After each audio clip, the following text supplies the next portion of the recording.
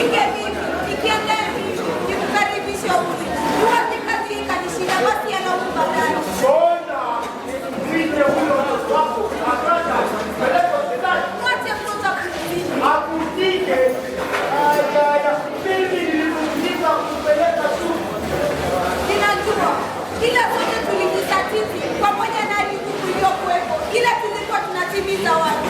Hebu ipandayo haina mtu kwa nini?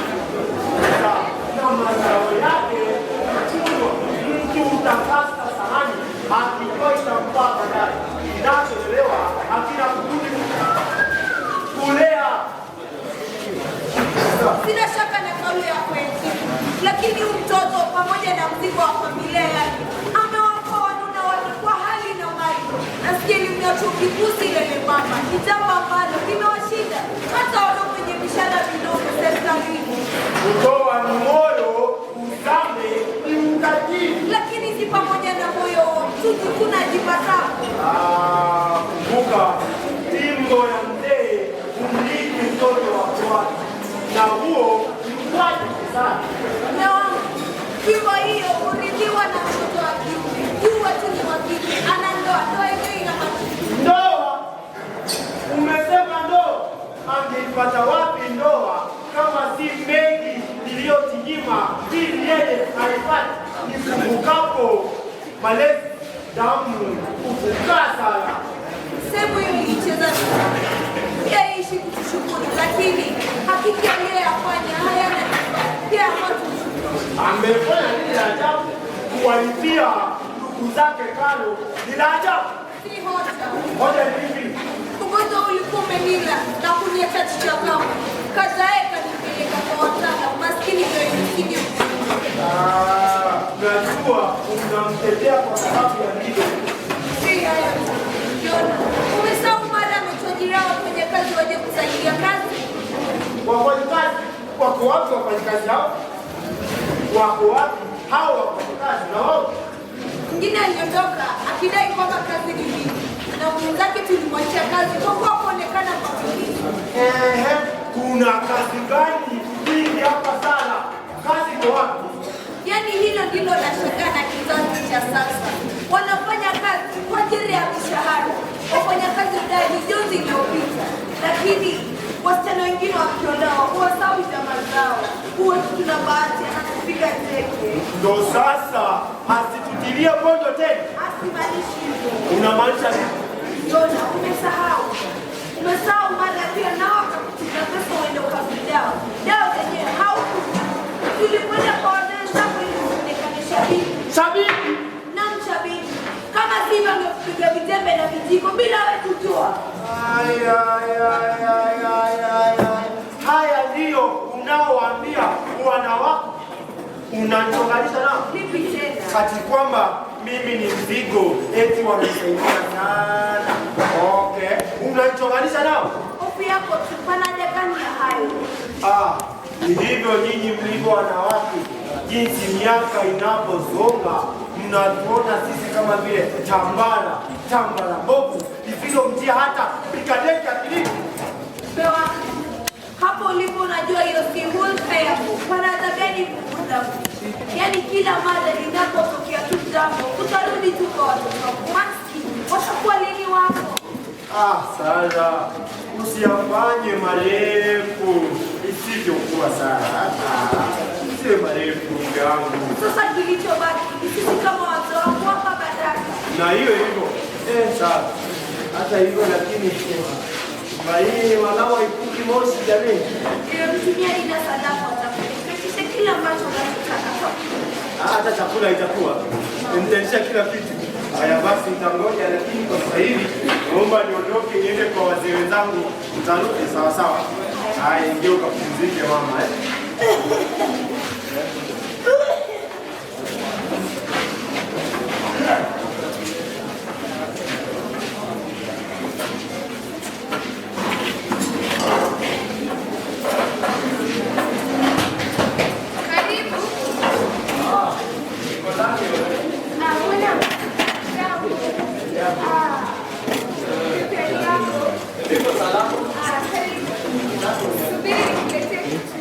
Ah,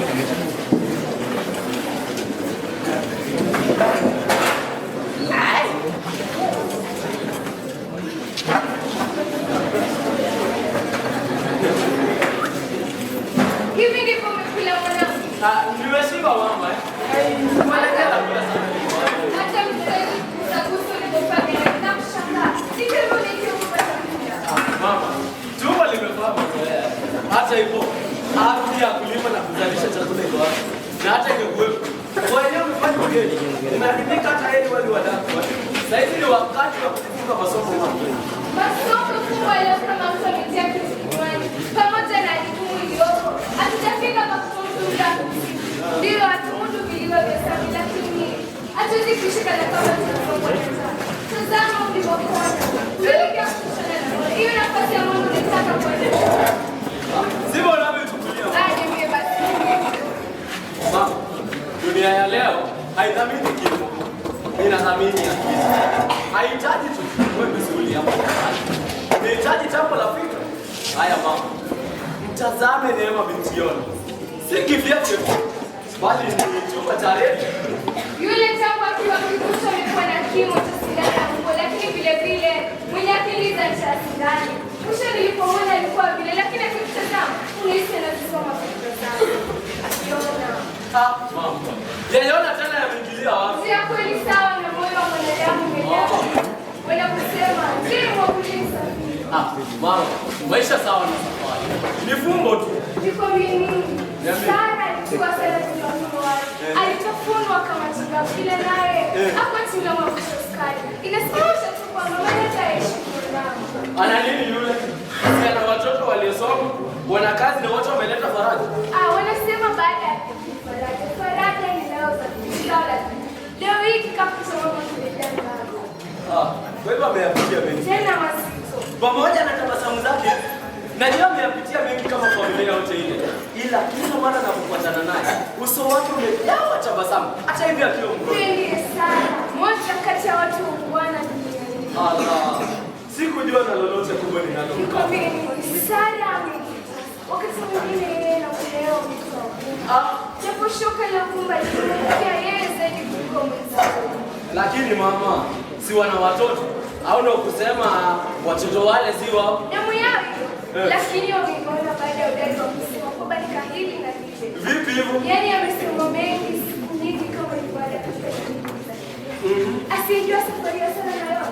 Akisimuliwa Yona kama filamu. Yona alifunga kuchunga na sana na hatimaye wakawana na kushirikiana. Ila milango baada ya kazi zilikuwa silivyo. Ikawa kunalo hizo kuliko inatatizo. Kazi ikawa kose. Wakabani kwa hili na lile. Lakini Mungu ni mkubwa.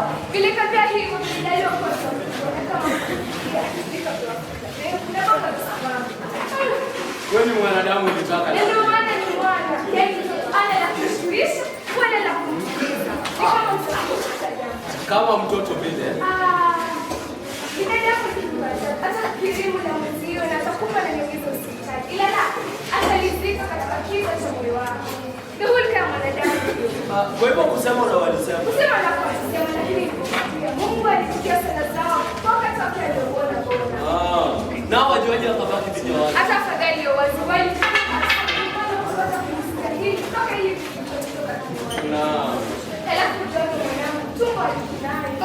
Hivi kweli mama unachukua dikina? Dikina iwa wala halizani ladha ya nilikuwa ninasema ulikuwa unasema kuwa ya kuishia pale. Baada ile kwa baada ya kuongea mwisho ningeweza kusema kwa nini tunataka kwa nini hilo nalo liwakele? Masidi ya wala sababu huko watu waliuliza na wakaeleza hata Yona atalifanaje. Hivi mama kwa kifupi walikuwa wanataka mrithi. Bila shaka. Unajua binadamu ni ajabu. Akipata hivi kama mwingine. Ndio ndio kiasi. Kwa ndio ndio tope na mali zinapata. Sijui kwa nini. Labda ni kwa kujipenda tu. Labda kwa hofu Hofu ya nini? Hofu ya kesho. Hofu ya kusema. Hofu ya jamii. Hofu ya kuonekana Hofu ya kushindwa. Dunia sasa tunaishi katika hofu. Na hofu hatutusahau. Ni kama iliyofunga ng'ombe. Tunakwenda. Tumekuwa tumwa fikra za wengine. Fikra hizo zinatuvuta na kutushika. Bila kufahamu nini hasa kufanya. Au mwanga uletao kivuli. Hapo pamoja ni mbali. Tumelimwa kwa kivuli chenyewe. Lakini mama, nikuuliza tu. Wewe yote hayo uliyatoa wapi? Dunia sasa imefunza sisi wazee wetu. Si kama sasa tunategemea vitabu. Eti kama vitabu vinasema jambo. Kizazi hiki hakijui.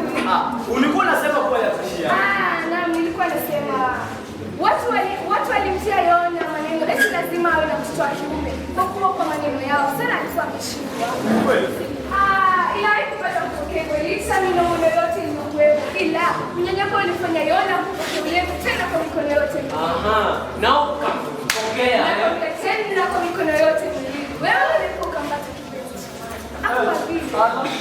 Amesukuma kuwa na maneno ya watu. Wengine walimsukuma kutafuta mtoto mmoja. Alimradi hawa wa kiume. Amrithi. Mama.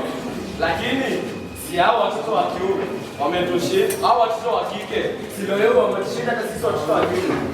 Leo ingekuwa ni wewe mgonjwa. Maskini hata sijui ningeushikilia mti. Ni leo. Ungeniponyoka kama maji vigandani. Ni leo. Huo ulikuwa wakati. Wewe umeiona rangi ya mwisho. Tena rangi ya kichwa.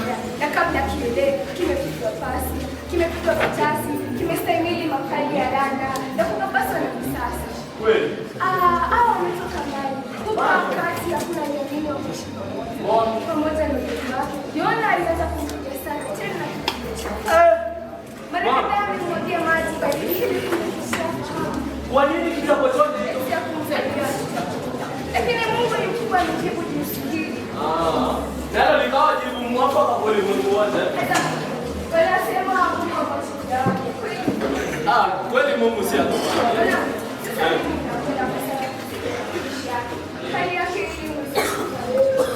Haya. Nakusaidia kupeleka hivi ndani. Nataka kumsaidia sana.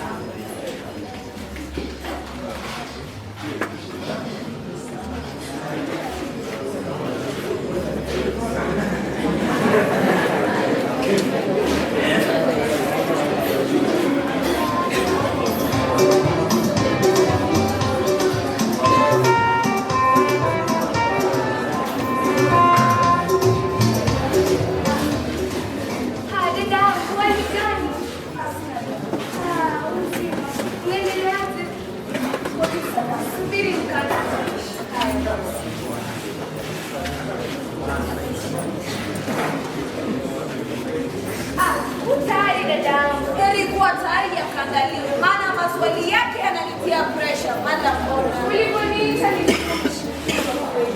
Nashukuru niliposhtaki kwako ulinitikia. Wala wake kufanya. Mwenzangu, isingekuwa wewe mwenzie sijui ningekuwa wapi. Maji yangezidi unga nibaki nikichekwa. Mungu ni shahidi wa yote. Bila moyo ishi kudumu. Kawaida ya moyo hivyo. Ile kujuzu kwangu kwa dunia ni nyumba. Japo mengine hata kwa kuyawazia tu kuna sisimko na malaika. Dadangu, kila lifikalo mwanadamu ni mpango wa Manani. Hapana ajabu malaika. Wewe, hapa awali nilitia nyongo. Mpaka pale maradhi yalipobisha, daktari akanieleza si vyema kuyatia machungu moyoni. Huko ndiko kuvumilia sawa. Sasa tazama faraja ilikualika kwa Faraja na maradhi yote. yenyewe sikoje. Yenyewe anakuta kwa wakati wake wote. Yenye siku tena hivi. Leo hii tusingekuwa na kusema. Mungu mwenyewe atakufanya. Amina. Maradhi yenyewe yalinisibu jana ile. Leo hii nisingekuwepo. Mimi ninaamini utapona. Hospitali iliyofika Neema wanasema ina madaktari waliowafika sana. Wanasema ina wataalamu wote.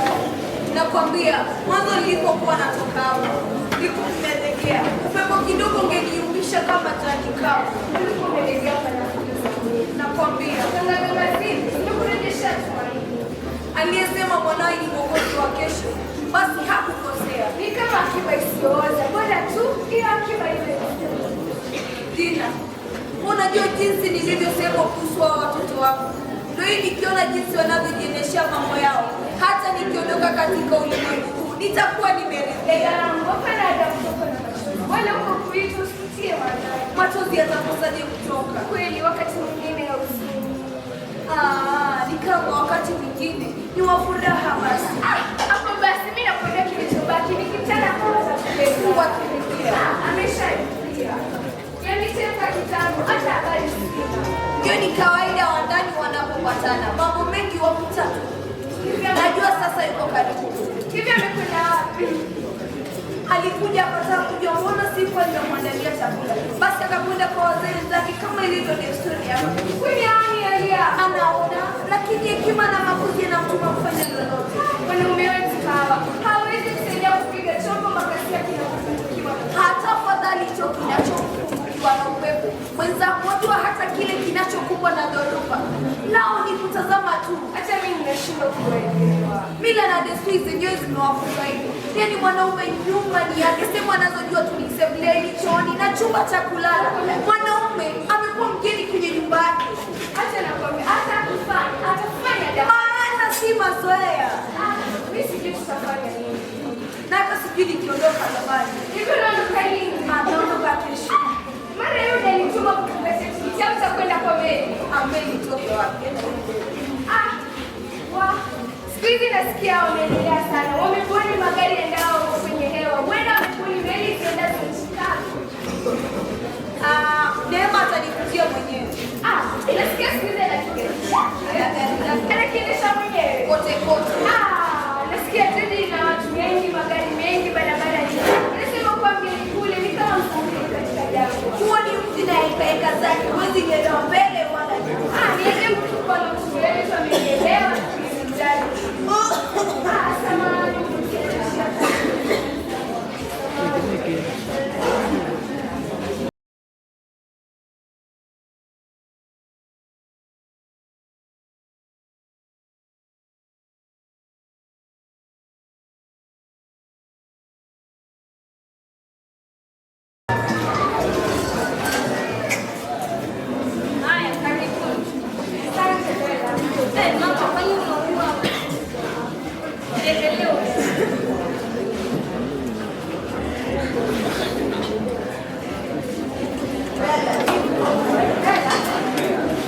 Naomba ukapeleke mkoba ndani. Alafu mama. Joto la mama. Jibu na joto kama ndani. Si hapa tu, hata kijijini tunayapitia makali yake. Yaani mimba imekauka. Leo basi wakati tutapata kipindi kikubwa. Haswa sisi tupige mambo kupata kila aina ya mahitaji. Nususi ya mambo ni kwamba zaja siku za mama. Mwanangu, wewe ushabaini. Hiyo ni safari ya kesho. Safari ya kesho, Mungu wa leo. Wasio wale kama watawapa wafanyabiashara nafasi ya kuuzia bidhaa kwa bei ya juu. Watawakunja kweli. Mama nawe hauko bidhaa. Bidhaa gani mwanangu? Bidhaa gani? Tunasema haya tukicheka, ila kwenye vicheko vyetu vimefunikwa na kero zilizokuwa ndani ya mioyo yetu. Ila wasemavyo, ungwana huna moyoni na wala si usoni. Mama, ninaona umechoka. Safari hizi zinachosha. Kama sisi tunaendeshwa hali nyingine. Sehemu zingine wanaweza mwanangu. Si unakaa siku mzima gari kuchuana na lami, gurudumu nini. Si unakaa na kuganda mwili. Ni kweli, nyumbani ni mbali sana na lakini hatuna budi kwa sababu kila zuri tulichakaa mpaka ukuje mjini. Maendeleo nyumbani yanakuja kwa kudoda.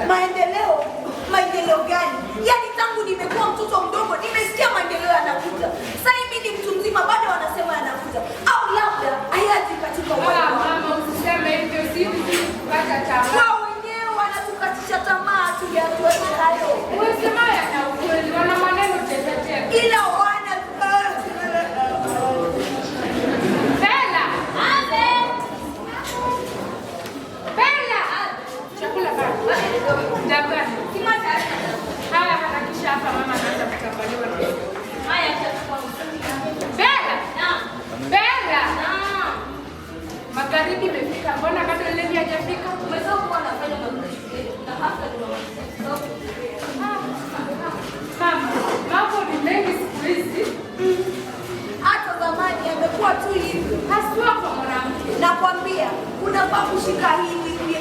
ushike vile nao tena kupaswa yashike sawa sawa. Lakini mama, inachosha. Siku zote marehemu mnanyakwa alizoea kutembea kwamba mzina huko. Na mwanangu, wajua hakuna refu lisilokuwa na mwisho. Na huku ndia kwenye baadhi ya misi yako. Mwanangu, kuna mkulima mwenye nguo chafu. Ila roho yake ni safi. Kwa kuwa amekusudika na mahitaji yake ya siku. Huwezi ukamlinganisha na mkulima mwenye nguo safi zilizopigwa pesi na kulainika. Mkulima na nguo safi, huu utakuwa ukulima kweli? Kama utakuwa ukulima, basi hata ni maswali mengi. Tena yasiyo na majibu. Ema mwanangu, umejaliwa watoto katika ujana wako. Usikose kuwafanyia kila ambacho unachoweza. Wangapi wametamani angalau wakione nyuso zao, lakini milango ya bandari ikachelewa kufunguka.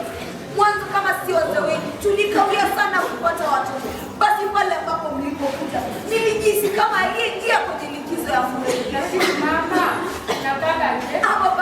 Babako pia ni furahi. Kweli? Hapo wenyewe. Mbona alikuwa anakufanyia vile? Vipi? Kugombana, kulalamika.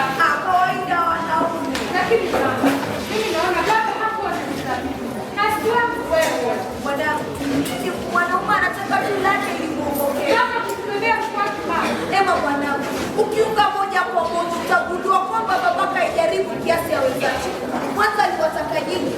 Basi pale mlipokuja watu wakaanza kusema eti ana mtoto wa kiume atakayekuwa mrithi. Basi maneno hayo yalikwenda pole pole mpaka akawa mlevi. Ndio maana kazi maisha. Alitekeleza na si wenyewe akapiga kalamu. Nikafuata nini la mashaka. Na kwambia, haikuwa rahisi toka kuwa mwalimu hadi kuwa mlevi. Maskini.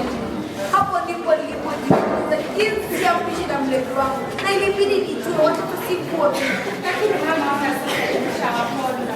Kumbuka daktari alivyoelezea. Tatizo lako la mwili lilitokana na kurumai na kelele za kila siku. Mpaka maji yalipozidi kuzirai kwa mwana na kujiangalia na mahali yake. Mwanangu, asante sana kumoja walacho. Mwana utachafuka roho. Lakini roho hizi nazo huwa kukatisha tamaa. Kweli mwanangu,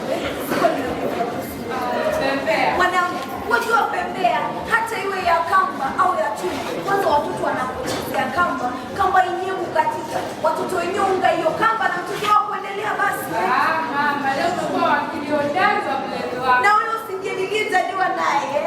Mwana wa Yuki ulewa. Kama huyo Ayubu ulewa, sembuse wa binadamu. Nipenda roho. Kula nyama mbichi. Haya mama, tena nitakupeleka.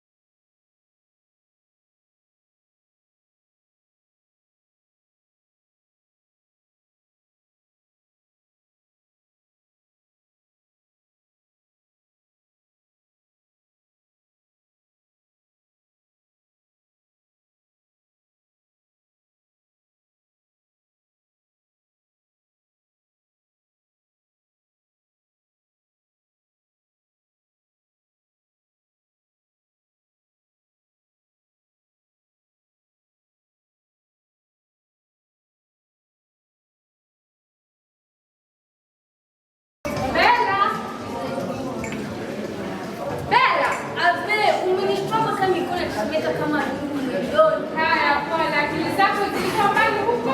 Zenyewe zinawayawaya katika umri tuna mengi ya kufikiri. Maisha haya nayo hayana huruma. Yanaonyesha kila mtu kama gari lililomoka kutoka changani. Tukisema ni umri, tungekuwa tunakufikiria. Au wakui maskini, kwa matajiri, wadogo, kwa wakubwa, waajiri, kwa waajiriwa. Wote ukisikiza sauti zao, ni sauti za kilio. Mbona kimya hivi? Mtoto ameshalala. Amekula? Tena amekula sana. Lakini leo hii ameingia kwa na mtoto amecheza sana shule. Walikuwa wanacheza au wanafanya mazoezi kwa ajili ya wazazi wetu? Wanacheza na kuimba vilevile. Unajua nyimbo za siku hizi lazima waruke kama zile tunamani. Kwani unasijua? Basi naye yeye kila toka. Lazima nionyeshe mdogo na ndio alifanya pale. Mashallah.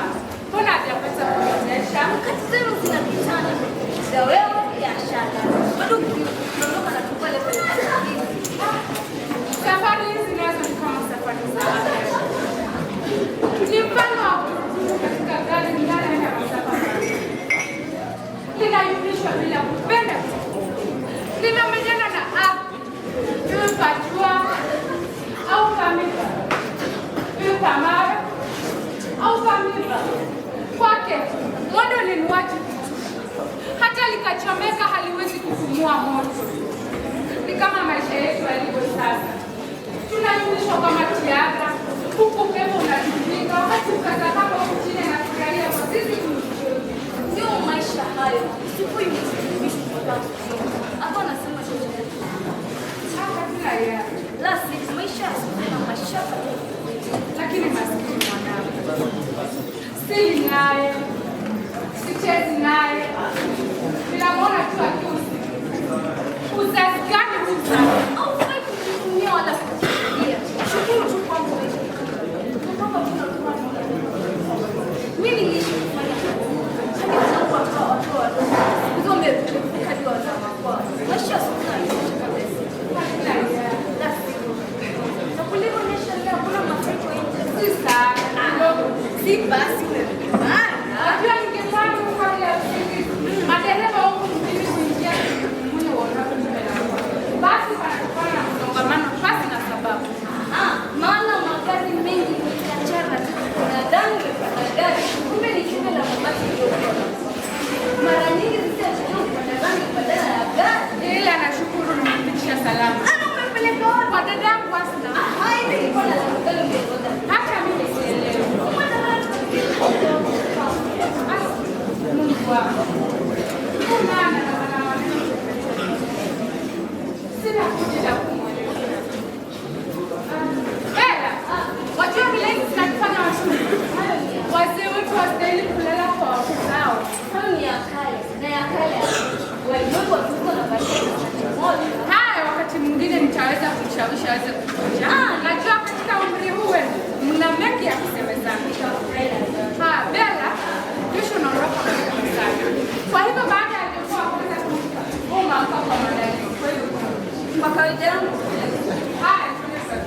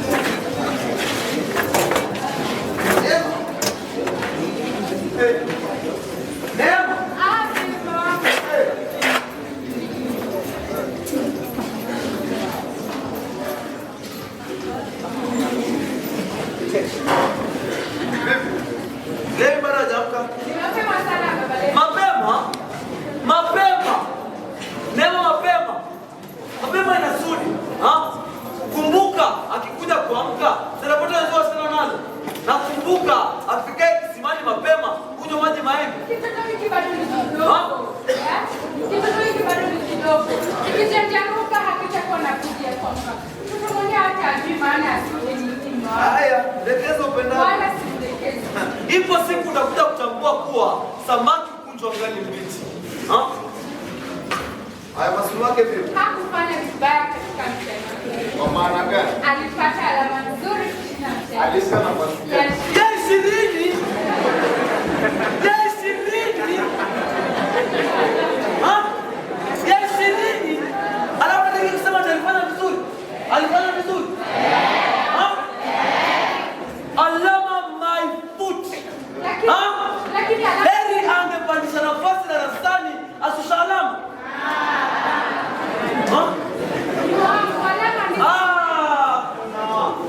Hizo akili zako sizitaki tena mimi. Wanisikia? Wewe unataka kuona kuwa mwanana sisi kuto na nziwe. Wala uone kwa mtendo umeingia mchanga, si ndio? Mume wako mwenyewe.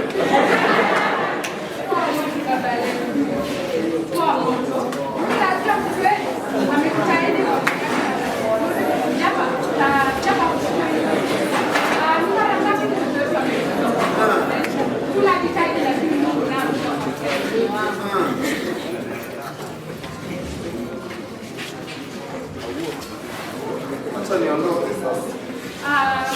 Unakunywa chai? Acha mara kiasi kinywa, nataka niwahi kabla ya msongamano. Unajua kazi hii. Mama, najua hiki ni kipindi mashirika yanapunguza wafanyabiashara ilhali kazi ni ile ile. Kwa bora mzigo upike bila kunda. Tumekuwa chambo siku nyingi sana. Umewaona? Nije wapi jamani, naenda kazini. Jamani, si uketi nikwambie. Niambie nini? Naenda kazini. Mume wangu kuna kitu nakwambia lazima. Isikuwe ni pesa.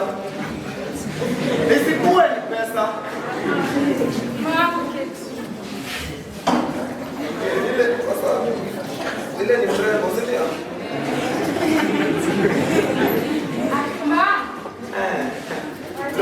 Ndio pekee hivi si pesa.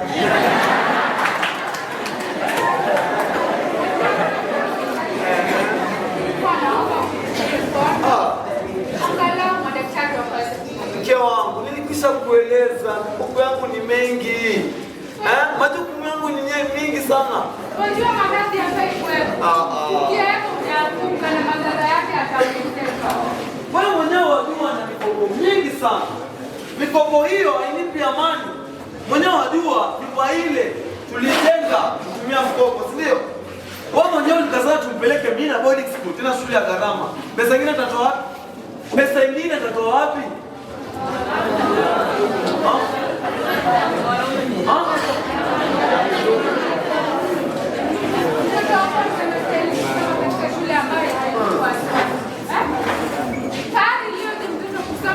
Shule ambayo kutu wasiwasi Neema. Majukumu yangu kama mume nayatimiza, siyatimiza. Chakula sinunui, mavazi tunaye. Na hivi majuzi nimekununulia gari jipya. Mbona mtaka Fadhila hivi? Nilikwisha kueleza mzigo wa familia yangu unatosha kutosheleza. Mke wangu. Mimi Bunju, mume wako. Ningependa kukusaidia lakini siwezi. Jamani. Mimi na kidevu changu hichi, kwa hilo mimi simo. Wewe si kama wanawake wengine ambao wana basi wana basi. Kwa bahati nzuri una kazi. Licha ya kitita cha pesa unachopata pale kazini, bado unabaki kuwa mtaji mkuu, si ndio? Kumbuka nilipoacha msana huo ukamsomesha Hasna tuoni. Akapata degree yake hata ingawa milango haijamfungukia. Naye Salome tukampeleka shule ya upili na chuoni. Akapata degree yake ya first class. Kwa bahati nzuri akachukuliwa na wafadhili. Mke wangu. Mimi Bunju. Mume wako. Nimekuelewa kwa haya yote.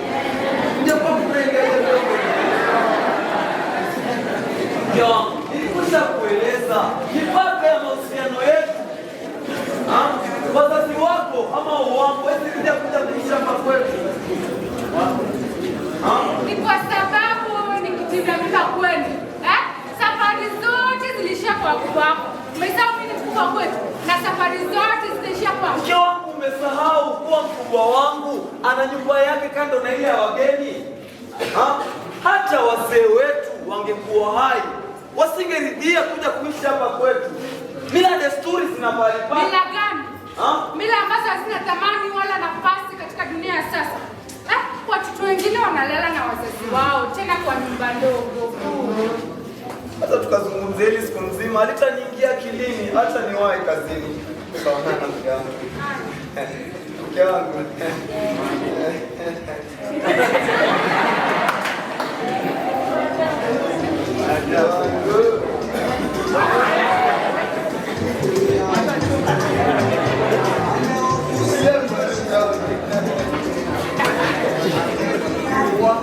Alafu siku tutafanya mchezo wa kandanda.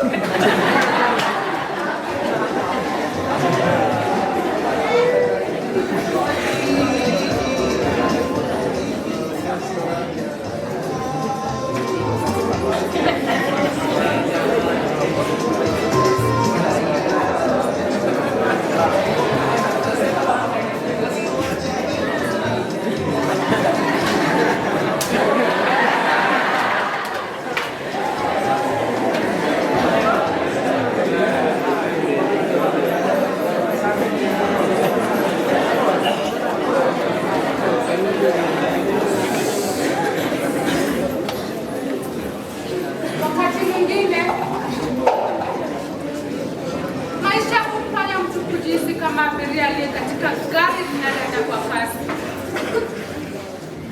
Unatamani dereva apunguze mwendo, lakini unakumbuka kuwa safari ni ndefu na hutaki kufika ukiwa umechelewa. Unatamani ushuke, lakini unakumbuka kuwa safari chaganda. Kwa hivyo inakubidi utulie, japo wakati mwingine unachambaliwa na shaka, uchovu na tuhuma. Mume wangu Kunju siku zote amenielewa, lakini sidhani kama wakati huu ataweza kunielewa kama zamani.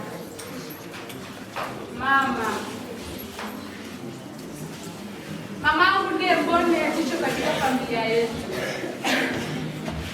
Kipindi kama hichi cha lala salama ananihitaji, nimsaliti eti kwa sababu ya ugumu wa maisha.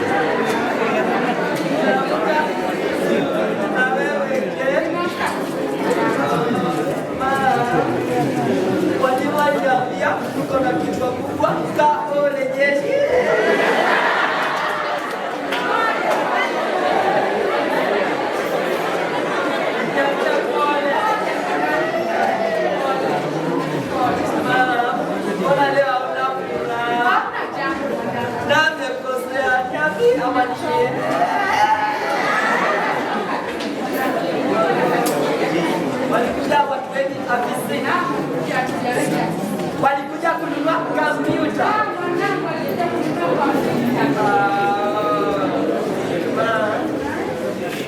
Baba anasemanga mbele ni wapi? Mbele ni wapi? Nyuma wapi? Mbona baba alisema hauna mbele wala nyuma?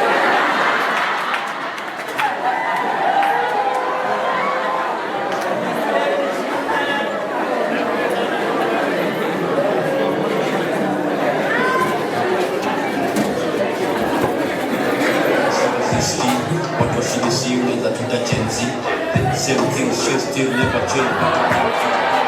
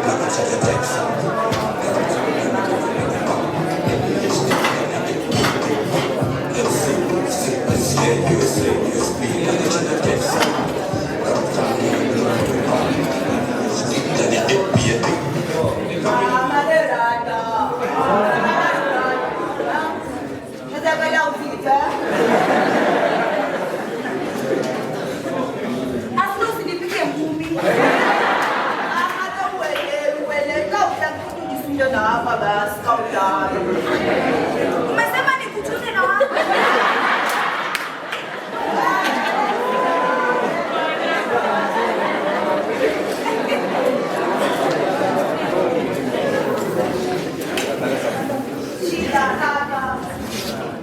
Maisha mjini. Yana nini mama? Si afadhali sana uko kijijini. Hata hizi zote tuna matatizo lakini yani madhe. Yani tu afadhali kukaa kwa sababu kijijini unakaa kuna kazi uko tu. Yani tati tunafanya. Tazama unavyoishi kama mtu kwenye chuku. Utapana na mdaifa. Wewe cheka mokoro. Nacha nicheke. Mbona sababu kota? Wallahi sababu kota inanitosha. Chumba hiki unakiona kidogo. Lakini kwa dia kwanza tawazana kweli. Tawazana kweli. Narudi kijijini na elimu yangu. Wallahi nitawashtua. Wanajua. Usisahau kuwa umaskini mtu kwao na ugeni si kitu chema. Afadhali kukaa kwa umaskini kuliko kurudi kijijini kwa umaskini wenyewe. Hasa wakati mwingine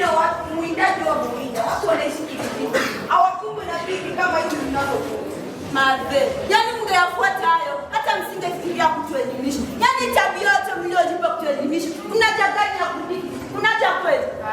Mnaja kweli? Yani kushikilia chochote, mradi salimika. Usalama gani Asna? Usalama gani? Mwenyewe tazama ulivyokonda. Uelekea kutoshana na konda. Hata ulipokuwa kwenye mikononi mwangu, ulionekana mwenye afya Asna. Ingawa nilikulisha chicha na sifa baridi. Madhai leo, nimekwenda kweli? Nimekwenda kweli? Ilikuwa zama zenu, yani zama zilizopendwa, zama za kale. Wakati wetu tutazama tunavyopendeza. Sura ya Suzi ni gani? Ni gani? Odeni, hivi vitiete ndivyo mnavyoita urembo, si ni njatu?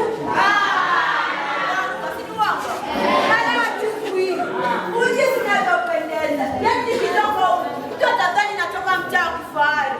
Asna, unapendeza? Basi siniletee mtu akangie leso. Leso nitakununulia mimi mwenyewe. Sitaki yako Asna, nataka ya mumewa. Wanafanya kujuka cha kutumigani. Kwani kutoka kununulia haitoshi. Sema tu kujuka na hata kidogo. Maadada kama. Karibu. Ulikuwa unasema eti usielewe nini hapa? Muelewe. Unajua alishangia leso. Leso ilishazaika. Hata gari likitembea kwa muda linahitaji Madhe. Sikuwa najua tuna mtaalamu wa magari. Ndio unacheza na basi nimesikia. Neema liko. Neema. Nani anapisha? Anaweza kuwa Neema anakuja kwangu, si ndio? Nilijua kazi tulikuchelewa. Kumi. Manezo ni salamu. Hamuwezi leo. Mata nazalewa kweli. Asna mimi leo. Mama, hizo ni salamu. Shikamoo mama. Hapa dhahaba. Mliko acha wata. Jambo. Na vipi kusomea wangu? Kama leo. Yaani Madhe, lazima tumulizie Bunju. Lazima tumulizie. Hata mimi Asna, ukiniletea Bunju wako pia nitamjulia hali. Nani ndizo hizo dada? Kama ya kuzungushwa kichwa. Wallahi siwezani na. Asna, lazima kichwa kitulie hivyo ndio ujue ni kichwa. Kichwa lazima kizunguke. Emma, kwanza lipi lisilozungusha? Mwambie dada. Haya basi hapa tunarechi. Yaani kimpata Bunju wangu. Sitalia mpaka nipeleke hospitalini kuangaziwa machozi. Siwe mtoto naishi vitu. Amna cha vituko. Mimi hatushanga. Nyumba hii makitoka kama sipita fanya nini? Amri si amri. Masharti si masharti. Maisha ya chama na nama ndio sababu. Asna. Ng'ombe halemewi na kunuye. Na geza ndio mje. Usiyafanye makubwa wanangu. Usimwone Bunju kama shemeji yako ama Bunju kama. Ni wote ni wanangu. Asna, kama si huyo Bunju ndio Neema asingekuwepo achaji. Manusura walihitaji muda ili kupona. Ule mwana wa mtu ambao usiyemjua kuja mbaya kesi kujua ni. Yaani malaika kweli, hiyo si malaika. Madhe, nafasi yote na nyumba hii yote. Yeye anaona mwali kulazu babu wangu. Uliyempa binti, binti mwenye kusoma si yako. Na nani kitribili ni mchezo? Madhe ni kitribili ni mchezo. Yaani Bunju ni shemeji yangu. Lakini shemeji na ndugu kwa na familia pia. Hata mimi leo nimeuma. Ila nimejifunza kwa kuishi kwa kujua kuwa mnyonge, msongo. Ila nashukuru. Aliutetea uhai wangu kabisa. Ndio tumajali. Si utumwa. Mimi ninamwelewa. Unamwelewa? Angalau ameniachia upendo wa kutumia mshahara wangu mchakato. Kwa sasa nitatumia katika matibabu ya mama. Mimi sitojali atalala wapi, atakosa kulala wapi. Ninajua maradhi ya kisha. Kila kitu kitakuwa kimeenda na upepo. Asna, wewe unasahau Bunju na Neema wametujengea nyumba kule kijijini, Kwanza unataka nilale. Neema siwezi lala kwako. Mimi nalala kwangu siko kwangu sasa. Kwako naweza lala. Wewe baada una mume hauna. Wewe kwako siwezi lala. Mimi nalala tu. Lakini Madhe, dunia imebadilika. Yaani dunia imebadilika wakati wetu sasa. Dunia yetu. Mama, nilijua utaangusha kongono. Yaani Neema, huyu na Bunju ni changa na pesa. Yaani watu ndio maana hata upati Bunju wako. Chana toa wapi? Nafanya angalau watu huyu amekaa hapo mbele. Huyo mwenye anafuatilia. Mbona umeenda hivi?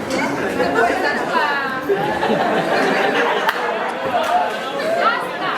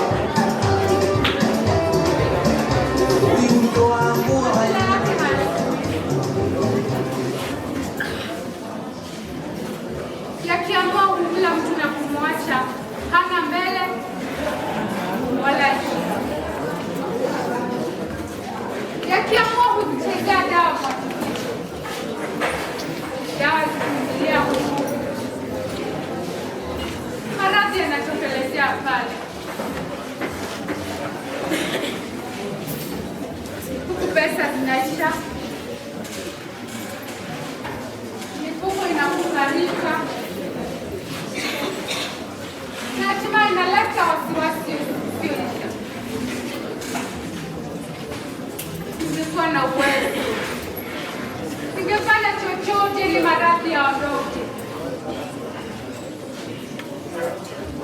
Dunia ina changamoto, lakini palipo na maradhi sugu, uzito wake hausemeki. Unabaki ukimwomba Mungu huku ukijipigapiga ili afanye wepesi.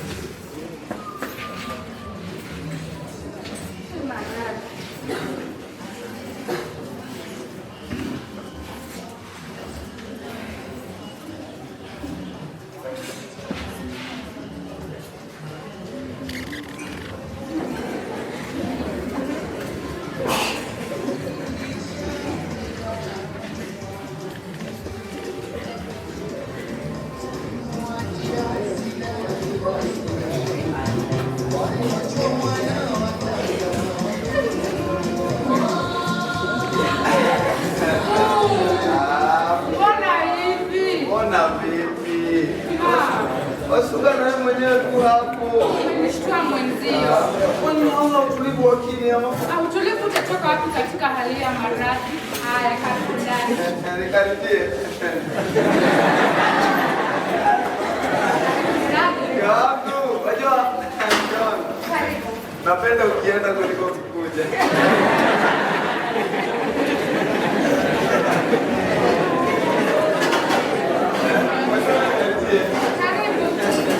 Karibia.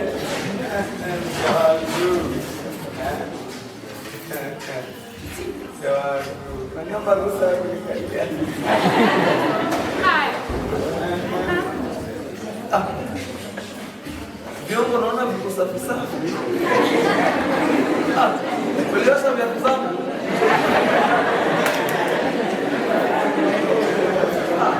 Chumba chenyewe pia chapendeza. Acha utani wako. Utani gani? Chumba chenyewe chajisemea. Kwa furaha yenu. Wajua ningekuwa na mshahara mzuri.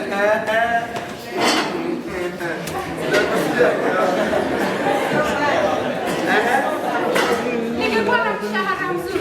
Chumba hiki mngejipamba vile. Shukuru una pahali pa kulala siku baada ya siku. Bila hapa angekuwa na shughuli gani? Daima ninashukuru. Japo hakitoshi. Mahitaji yenyewe ni mengi mama. Neema.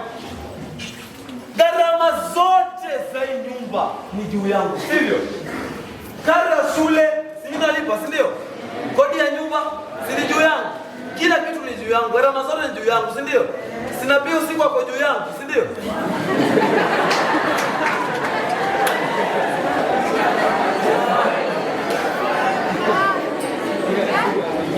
Asili yangu unaijua. Mbona ni mmoja? Wakati mahitaji ni mengi, unashindwa ushike lipi, uache lipi. Kwa sababu wanaenda, mmoja hashui chombo wangu. Kila tukizungumzia hili, unarudi pale pale kuonyesha sijali hata chembe. Sasa nyinyi mnaona? Si hivyo mume wangu. Ni vipi basi? Ni vile tu mambo ni kwa mwangu. Nilikwisha kueleza. Mimi Bunju, majukumu yangu kama mume nitatimiza kwa hii nyumba. Gharama zote zinajua mfuko wangu peke yake. Si ndio? Mimi nimempangia hata kama utumia mshahara. Mwangu. Ninajua kila mmoja wetu ana kishoroba chake anacholia. Lakini nilikuwa naomba unitilie pondo, angalau mzigo wa mama uwe mwepesi, na kama hauwezi na Haunielewi. Basi nieleweshe. Hapo ndipo mambo ya ngomani huishia. Nimekuja nyumbani mapema, angalau hata mke wangu anipee.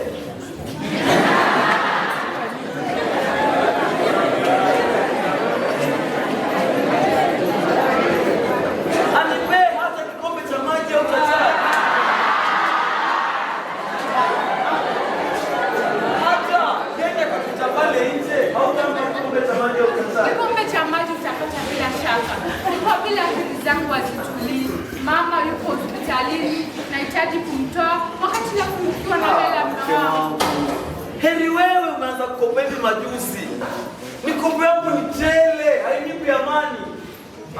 Hainipi amani kabisa. Kama kitabu kina picha yaliyomo, seuze mimi. Haya basi, wacha mwanangu. Haya, wacha niondoke. Nipata simu. Nina miradi. Mara moja, sikuandalia kikombe cha chai. Baadaye mjao, wewe tuenda chumbani tutakunywa chai pia nikukunye. Na miradi na bwana fulani kile soma naye katika shule ya upili. Miradi kiivana nitakupiga jiko mambo yako. Na Mungu aifungulie milango hiyo yake. Mungu akupa pesa peke yake. Wewe. Yangu, unataka sana. Wewe una macho.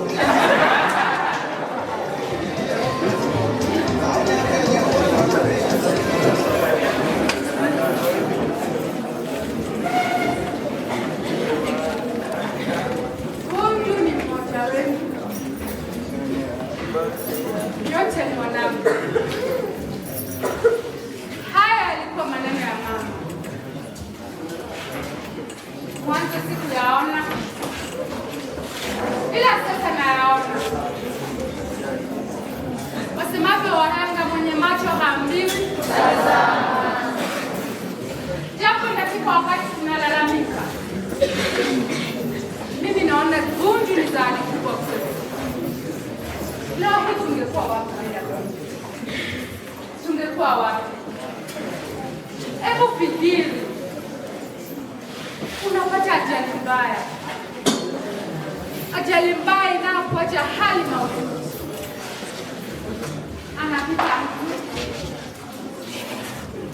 kwa bahati nzuri, anakufanyia mpango wa fly doctors. Ndege inakuja na kupeleka hospitali. Alafu kule hospitalini analipia kila kitu. Ninakwambia kila kitu. Mtu huyo atakusanya kwa zawadi kweli.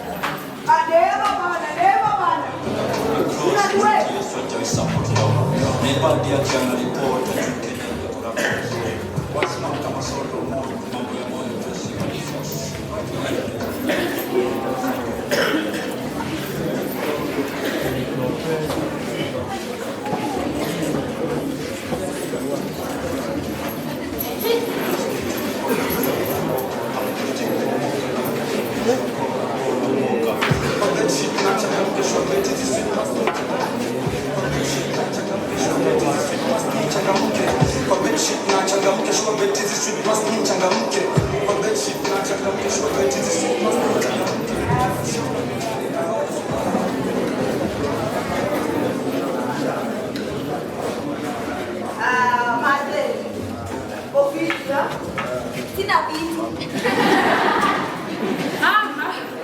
Leo naona una heri zaidi. Sina tatizo kubwa. Ni hizi dawa tu ndizo zinanitia uchovu. Niliwaambia mlitoa hospitali hii inadai gharama si haba. Na mfuko inazidi kukonda Sote tunataka uondoke. Kila kitu kikiwa tayari, hautakawia. Kufilisika ni nini? Heri mifuko yetu ifilisike, lakini maradhi yasifilisi afya yako mama. Neema, nani mkono na mishi sijui kanini, hata sielewi. Ati mimi ni mkono.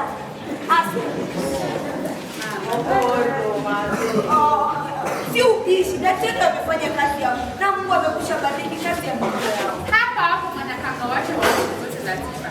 Wanatoa tiba yao na Mungu naye anaponda. Mwingine hata kufanya mwili wako majaribio. Waingize maisha yako kwa iliyopata potea. Nakwambia nashindwa kuamini niko hospitali maana huduma za huko ni nzuri sana. Kodoro ni mzuri. Shiti ni safi. Kitakuwa naleta nyingine iliyopigwa pesa na kusaidia. Lakini mama, hospitali zote zinastahili kuwa kama hii. Safi na wahudumu wote ni marafiki wa wagonjwa. Unajenga imani kubwa hata kabla ya tiba yenyewe kutolewa. Mimi nashindwa kuamini niko hospitali. Yaani wajua uko kijijini. Yaani hospitali wewe ukilazwa. Yaani mzee, ukilazwa tu hivi. Shaonja sasa. Wasa tumaini. Tumaini lako naliweka kwa nani? Kwa Maulana. Nahitaji sana niondoke. Mzee lakini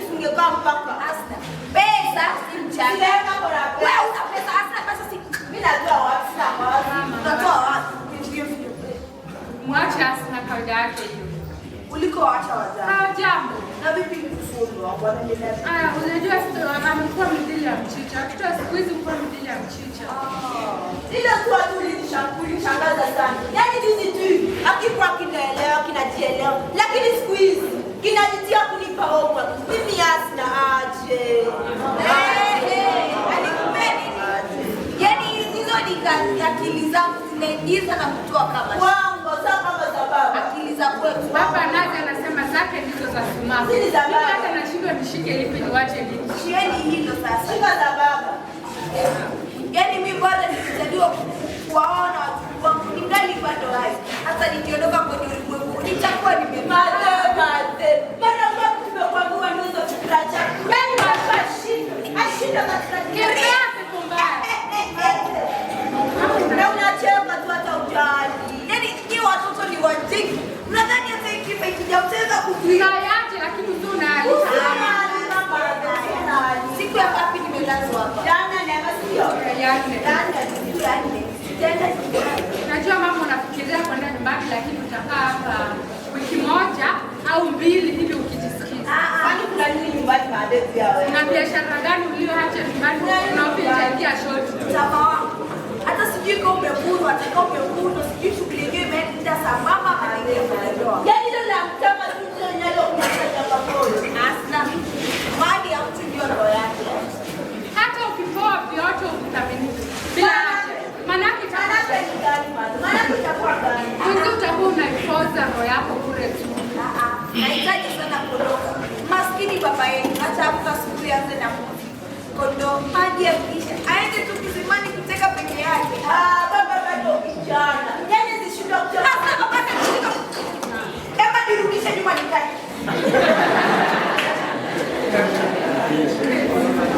Si baba ni kijana. Baba kaenda kuteka maji kisimani. Unataka watu wasemaje? Mama aliyepelekwa huko mjini Kamboja mume wake akijifanyia kazi. Unataka watu wasemaje? Nishike nisaidie. Mwanangu pressure inapanda nikazi. Ni madem pia unaelewa. Baba bado kijana. Asa, unazidi kusikiliza. Nirudishe. Hata kweli. Wale basi. Kweli. Wale. Kini wewe unataka watu wasemaje? Mama amepeleka huko mjini Kamboja mara ile yenyewe. Madem bwana usikie wale mama Wacha kawaida yake. Presha imepanda chini. Nahitaji sana kuondoka. Nyinyi hapo mnanilisha. Baba sijui nani anamlisha. Mnanilisha. Baba sijui anapishwa na nani. Haya basi utaondoka leo ama kesho. Kila kitu kiko tayari mama. Na vipi kuhusu Mungu? Mbona sijamuona? Unajua yeye na kazi zake za kukimu familia. Kitu na njia kama si yako hatuli. Mungu sasa anapitia. Yale bidii anao lakini sina nani anamjua kabisa. Nani alikuwa anakosa? Nani ajui? Wewe unajua. Mtu ana moyo mkubwa sijui gani. Hajui mali ya dunia ile na watu mazale. Asna ukiendelea hivi utakujia na damu. Ndio gani na makona. Ndio maana mimi sina. Asna. Mama. Wajua Asna anafikiria mimi sijachagua. Niko. Mimi nimechagua na nina jeshi langu na nyuma hakudhiki. Mimi ninamwelewa kweli. Yeye ni kinazua kwao na safari zote ziliishia kwa mkubwa wake. Anajua mahitaji ni kutunza tu familia yake. Mara ya kwanza nilipomwelezea akakosa kunielewa, nilipatwa na culture shock. Wale sema culture shock. Culture shock. Umesema culture shock. Haya, ndio nini? Baada culture shock ni mshtuko unaotokana na mtu kukabiliana na hali ya watu wengine ambayo inapinga ile hali. Bado umeelewa? Umeelewa? Nadhani umeelewa. Haya gani kama Nilipokuwa nalipiga darubini langu, niligundua kuwa naye alikuwa na culture shock yake. Alishinda niaje ataweza kutunza familia yote badala ya kujiendeleza. Ila nashukuru nimefanya tumejua mipaka ya mahusiano yetu.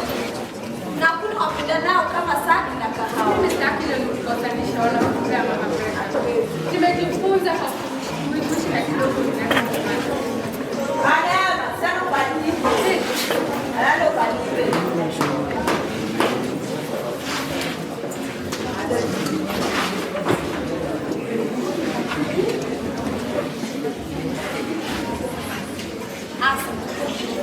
Asna la kijiji katika madera. Maana nisiojolewa takani mimi. Kuelewa sio kana. Ondoke. Haya. Nema, nyaka. Akushalima. Kwenda daima. Kama ungelisha dadaka tukapio. Tafuta hapa. Hapa wamesema sijui wamtaki wanataka nini. Hata nikajaje sijui. Ati kwa nini? Ana mpaka mkijua aje. Haya kasema. Haya kasema.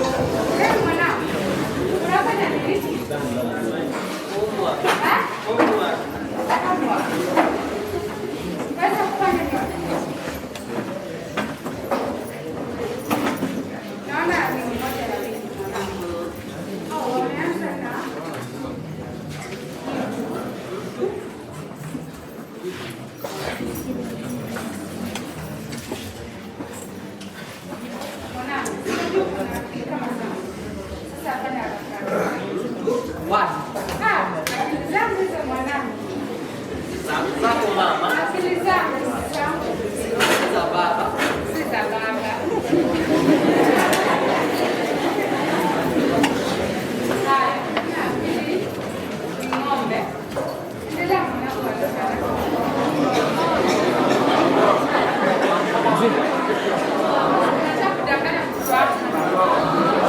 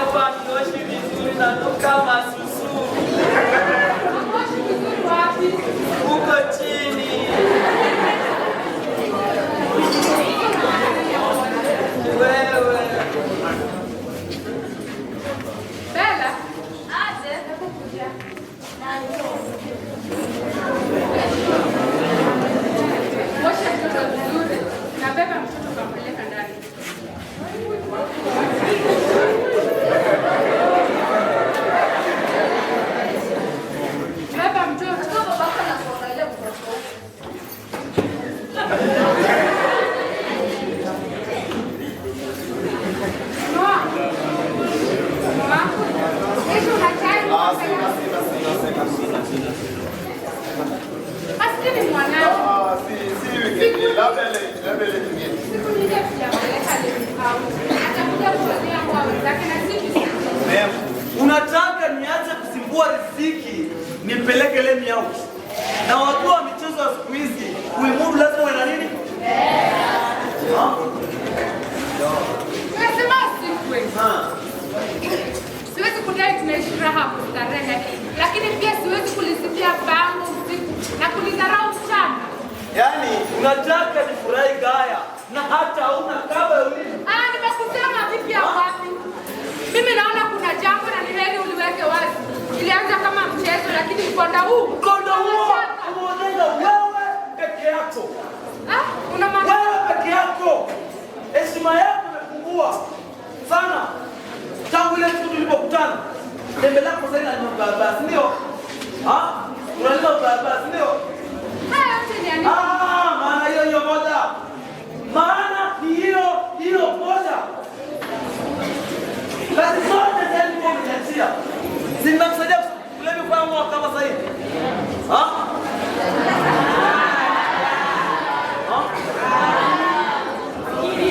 Kazi zote tayari nimekuachia. Nema. Mimi ndo kichwa wa familia na wewe ndo single. Kweli, dalili ya mvua Ni mawingu. nilianza kuona tangu viwingu vyeusi vilivyoanza kukusanya kuweza moja jeusi. Yaani mimi Bunju sikuwa nataka kuwa kama waume wengine hawa ambao hawapi wake wao fursa ya kufanya mambo yao. Wewe nimekuachia fursa ya kufanya mambo yako. Mshahara wake nampangia. Nema. tangu niowe nilipi sijatimiza. Ameatimiza yote. Heshima zote. Umeatimiza yote. Heshima umefadhili. Kila kitu ameatimiza. Umeatimiza yote bibie. Tangu nipangie mshahara wangu utakapotumia. Vile utakapolia mlezi, si ndio? Umeatimiza yote bibie. Umeatimiza. Yote ni yani. Umeatimiza. Siku zote mimi ninampeleka Lemi out. Lakini nilipokuelezea kuwa kesho nitakuwa ninampeleka bibi nyumbani. Ulinieleza, ukweli ulinieleza. Lakini haukunishauri kati ya safari. No, kila kitu kimesha. Amepanga nani? Amepanga nani? Wanadona kama sanamu katika nyumba yako, si ndio?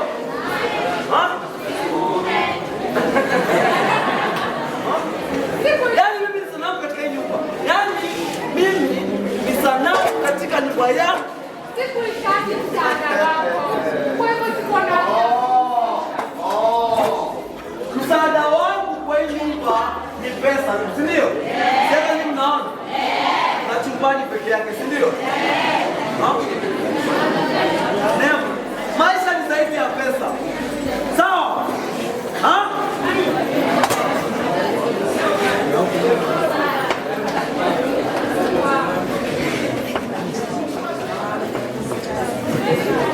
kumbe hivi ndivyo unavyochukulia.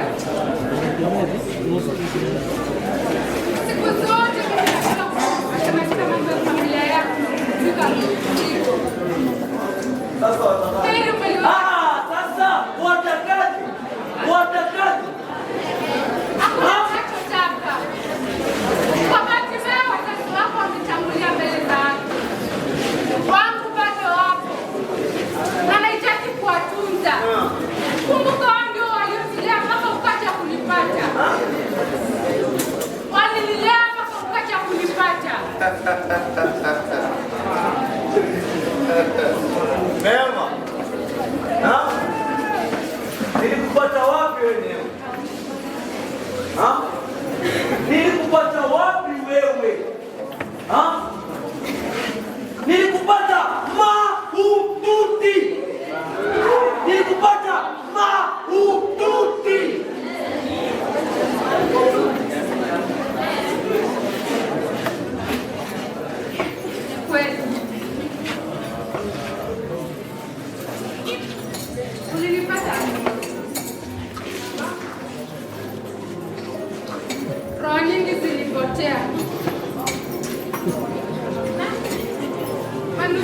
tulibaki watano.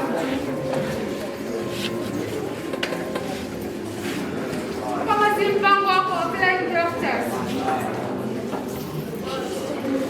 leo ningebaki katika kumbukumbu.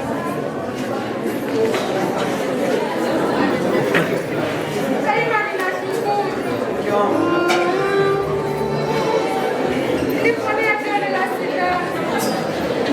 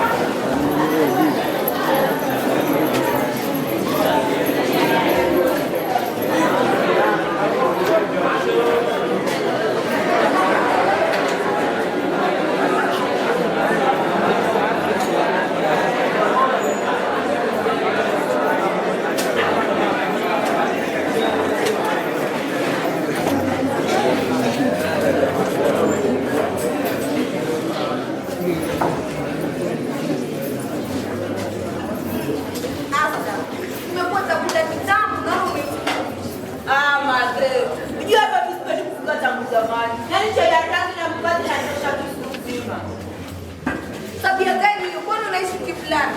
Ambia madhehebu ni nani? Yaani tambo. Sina mambo. Hata uwezelewa. Kwa kuwa kwenda mbali kimasomo uwezelewa ya mambo. Sana zangu sikwenda mbali kimasomo kwingi. Siku zetu msichana akianza kubaleha. Shinikizo moja kwa moja mpaka. na tungepata. Nikataa vipi Madhehebu si matombo tunapata. hiyo matombe boy wako sio kitu. Ni msichana anaishi kivulana na kufanya vitu zake tu kivulana. Lakini kumbuka ni nani? Ni msichana, si ndio? Ni msichana. Na sina mambo hasa. Mama wetu sasa. Hasa ujana ni moshi. Na utakuenda utagundua kwamba wewe ushazeeka. Madhehebu shaka. Yaani hivi ninavyopika vizuri. Kuna furaha gani hata kwa hii nyumba mkuu ulimtaiki cha ya rangi na kubali. Lazima tungemalizia. Hasa hivi nilivyo dhahiri. Sijui kesho yangu imepangwa na nini. Nahitaji angalau nimuone somo wangu nimpe baraka kabla ya kufa nikiisoma. Madhehebu penye uelewa. Madhehebu tunasoma. Wasiokopea nini? Si telegram, angalia. Madaktari wamefanya chanzo chako cha ugonjwa. Yaani njoo imeleta doa katika maisha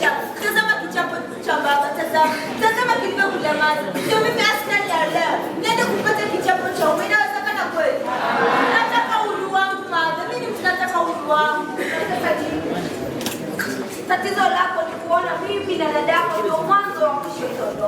Wala hatuna maisha magumu ndio maana tumepeleka shuleni kasoma. Shuleni hawafunzi kuza za ndoa na mitego yenyewe ifanani yako si gharama. Na tuliona basi jinsi wenzako walivyofanya. Mazee, unapata alama za kumezoa maji. Mtihani wa ndoa unakuja baadaye. Na unahofu iteni. Tazama maisha ya Neema. Yaani Neema alipata alama za kumezoa maji. Lakini tazama mtihani wa ndoa unavyomyumbisha. Yaani si yule Neema maji, siye.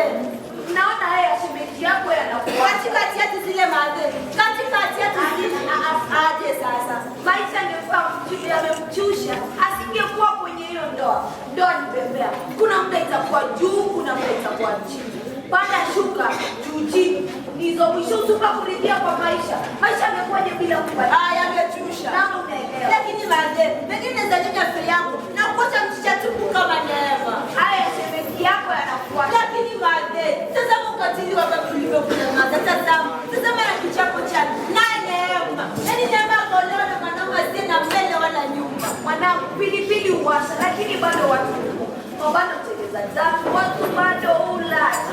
Nani ushakuwa akili wa mtu? Ningesoma kidogo. Naona maadhe naona. Na ungeshida. Kama watoto wa dini. Watoto wa dini. Elimu ya muhimu maadhe, elimu ya mwanangu. Mungu akikupa hiki haezi kupa kile. Maana kwa vitu vitakushika. Yaani zamani walikuwa maskini wa hali. Afadhali siku hizi wanaweza pigiwa mfano. Si wao tu, hata sisi aliyetu imekuwa tukufu. Kwani maadhe sisi tulikuwa maskini?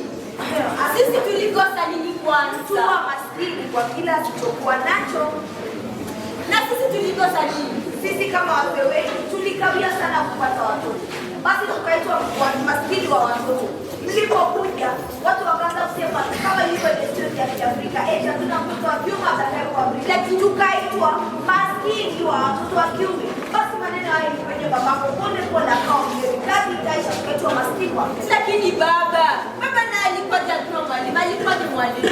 Baba kila nafundisha wanafunzi wote walikuwa mtihani. Alitoza zawadi na serikali na wazazi. Kwani ulevi tu ndio ule umaribia sifu? Ulevi kibongo lililomeka madili yake kawa moyo wa walimu au duni tena ndani ya maskini. Wasijamsaidia kujirekebisha. Wakati huo vitu vya kusaidia mtu kujirekebisha havikuwepo.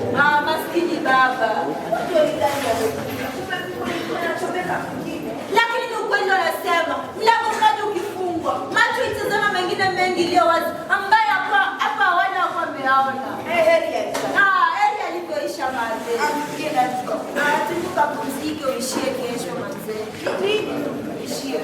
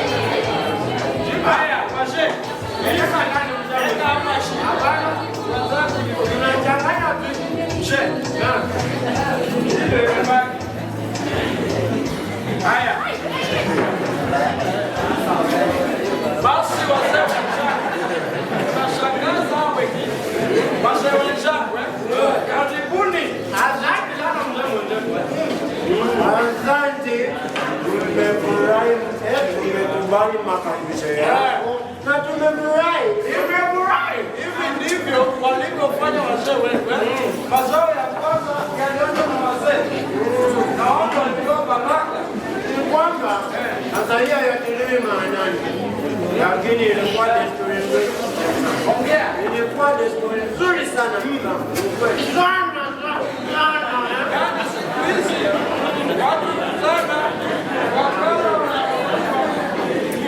maneno ya kima umchoka kwenye kitabu kama hii. Utatoka hapa nimewasikiza kwa makini sana. Na yote ni ya muhimu kabisa. Katika vizazi vya Swahili, havina mila wala desturi. Hapa ni kwangu ama kwa yote. Hata na magari kulipa kifungu. Tuambie. Muda ni zangu. Yaani wametupa jongo na mjua. Wamesahau kuwa mwashamila Ni mtumwa. Yaani tatizo la vizazi vijavyo havina mila wala desturi. Afrina tayari vilivyopo havina mila hawajui zao. Yaani watoto wamechukua mambo ya usukuwa pamoja na hizi mila zilizokuja zikawakengeusha. Sasa acha nikwambie, hawaoni lolote muhimu kutokana na mila zetu. Wanaona kwamba mila zote ni chafu. Hakuna lolote wanalochukua kutokana na hekima za wazee wetu. Tueleze. Tueleze. Nimeongozana.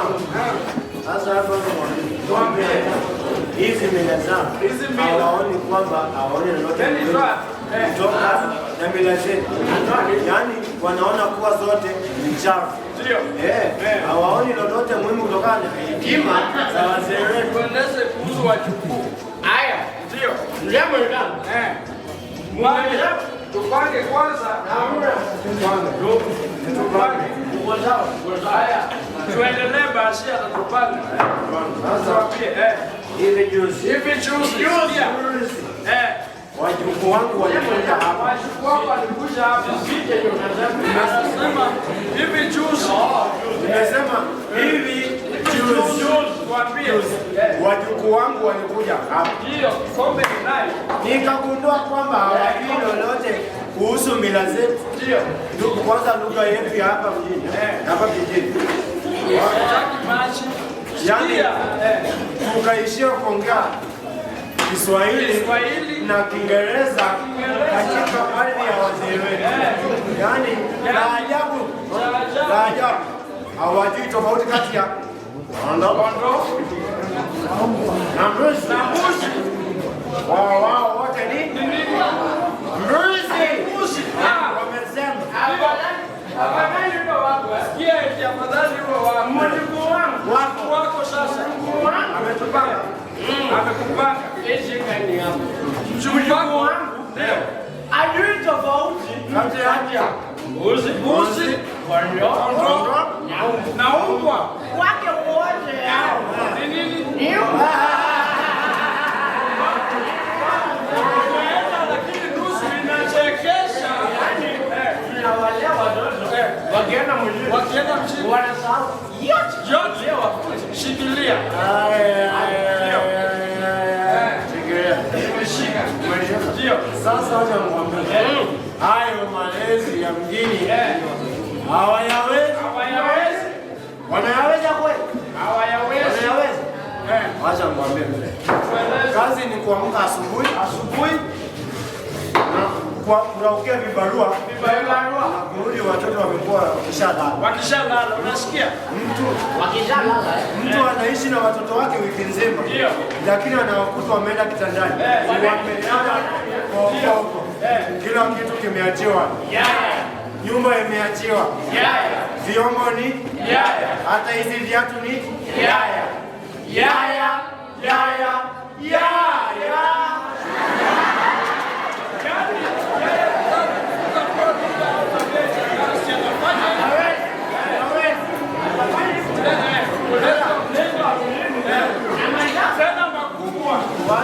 watu wako mbioni kutafuta maisha. Haifai hivyo. Wengine wanakimbisha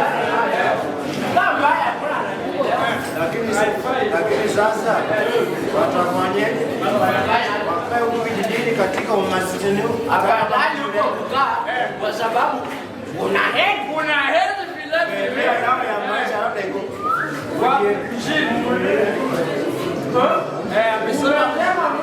Mshini bado. Kuna nia kuwai.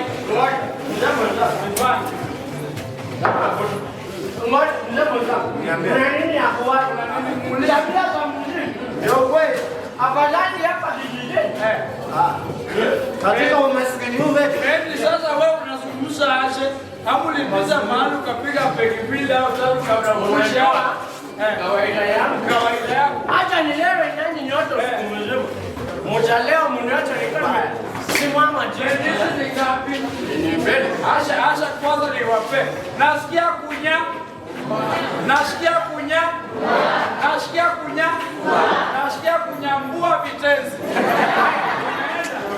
Shika. Mshamaliza. Endelea. Ndio. Ulilia mahali katika. Unajua kawaida yangu hata nilewe.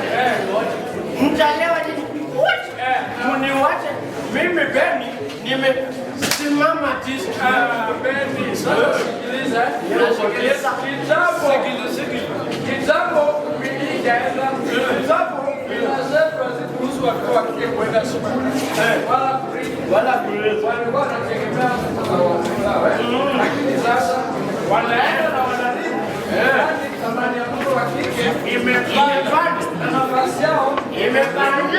Yaani kuyapuza yote kazi ya bure. Bora kabisa. Ndio. Hao wasichana na wavulana walinganishe. Watu sawa wanalinganisha. Jana kubwa. Kumbuka kwanza. Umekumbuka? Sasa kumbuka tulivyokushindikiza ukamwoa mke mwingine ili upate mtoto wake. Unakumbuka? Nimekumbuka hiyo. Basi afadhali hivyo ulivyofanya. Sasa hao watoto wa kike tuliowadharau wamekuwa nyota ya jaa. Na sasa kijiji chetu ina mwanga aswa juzi. Sikia, yona hapa ni kwangu, mfai kuongeza vitu kama siko. Juzi mtoto alikuja hapa, nani nikashangaa, ni nani anaruhusu gari yake kutembea katika mabarabara yetu mabovu? Sikiza, sasa nikaamua kushungulia. Niliposhungulia nikaona mtoto wetu Neema ameshikilia ushukani. Sasa unajua fulani niliyokuwa naye. Sasa kila mahali niendako tena nikitangaza kuwa simba wa kike anafanya nini? Ananguruma. Yaani Simba waiona anaguruma. Simba waiona anaguruma. Simba lakini msemo sana afadhali palipokuja, lakini sio wetu tena. Si anakuwa ingekuwa ni mtoto wa kiume angejua Yona yuko hapa. Yona sasa mzee mwenzetu anahangaika kijijini kama mtoto wa miaka 10 na kitu. Yona jitetee. Yeye yuko kwa watoto wangu. Nani? Na mimi niko kwangu. Huko kwa aiweza ngwemalizia. Hiyo ndio mzee mwenzangu. Muulize mwenzangu njoo. Menyo. Wacha nikuelimishe. Mume ambaye mwanaume kweli. Hapaswi. Umenisikiza? Ndio. Hapaswi kuambiwa kinafanyika nini. Bali mzee mwenzangu. Ulibeba kichwa goti hapa. Sawa. Mimi nimeacha. Bali anapaswa kushirikishwa katika hicho kinachofanyika. Mwambie. Ingekuwa ni mtoto wa kiume angekushirikisha na angejua wewe Yona unakula nini. Mwambie. Sasa mzee mwenzetu ungekuwa kunywa uji na sisi hapa kijijini. Hebu muulize. Unakunywa uji na sisi kijijini. Yona. Sasa Beni na wewe lipi muhimu kati ya mtu kupata matibabu na mtu kuliwa? Sijamaliza. Maliza basi. Muda wote umekaa. Nani amekuwa kukupikia? Si ni wewe. Hii ni miaka ya kujipikia kweli? Muulize. Ingekuwa ni ile zamani. Ningeelewa ulikuwa kijana na nguvu zake. Sasa ona, mzee mwenzangu, misuli yako imenyauka. Sasa hapo umepeleka mbali. Tumepeleka mbali, kumbuka. Nimekupeleka katika ile nguvu za ujana wangu. Nguvu za ujana wangu. Nilikuwa kijana. Na nguvu zake. Na nguvu zake. Asubuhi niliamka. Nimekuona. Masaa ya jioni. Nikienda shuleni. Kiboko wapi? Begani. Alirudia. Ukienda shuleni kiboko wapi? Begani. Akilini. Mkononi. Anayekuja baada yangu. Alikuwa na lanani. Azi. Mchana kutwa. Jioni tena. Darasani. Mfukoni. Mezani. Akilini. Mkononi. Unapata vitabu navyo nilikuwa kwenye baiskeli kwenda kuendesha wapi? Ofisini. Nyumbani. Weekend. Hadi pale ukateleza. Wenzenu ndio walio kumbuka, ulikuwa miongoni mwa vijana wa kwanza katika dini. Ulikuwa hata unahubiri. Hata mimi nilifikiria kidogo, lakini enzi ile mke wako alikuvumilia kabisa. Ndio maana ameganda huko muda wote huo. Ilikuanza mara moja. Ilianza pole. Yaani tungekataa. Sasa lakini kidogo kwa kujificha. Lakini wakanishinda maarifa. Hadi pale nikashindwa kufanya kazi, nikakuwa mraibu wa pombe. Enzi hiyo mke wako alikuvumilia kabisa. Angefanyaje tueleze? Ilikuwa kipindi kigumu. Yeye alisaidia kulea watoto na kuwapeleka shule. Ndio. Na mimi nikashughulikia ng'ombe na shamba. Ndio. Ni kwamba siwezi mwambia. Huwezi mbona? Atajishaua kweli. Mimi uchoyo. Mimi ninashughulikia hapa.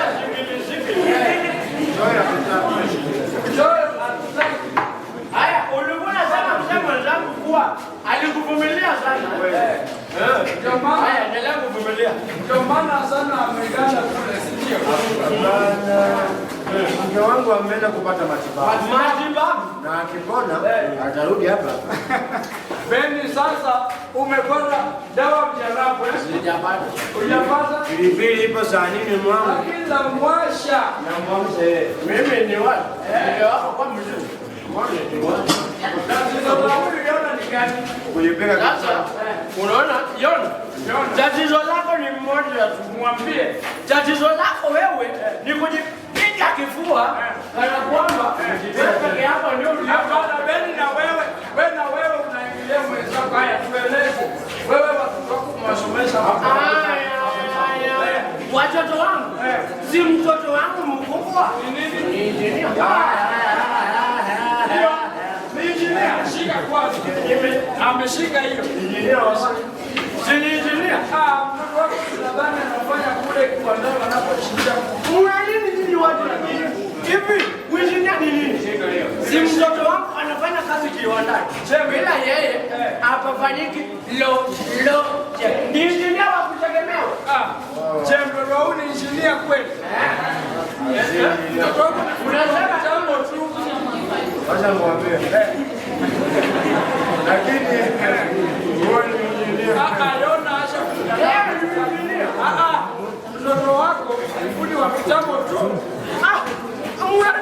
Sasa unaona wewe lako la kuma na ila wenzako walichangamkia. lakini Kigumba kwa nguruwe, kwa binadamu ni chungu. Na yaishia hapa. najua dunia inaenda mbele kibadilika. Usipobadilika naye sababu kimo ushinda kufanya. Ni sawa. Kweli. Na yaishe, zungukeni hapa hivi. Kumbuka nimeameza Beni na za kupanda. Kuzunguka. Ndio, toa. Umeona? Ndio, visu ya kipanga. Pale.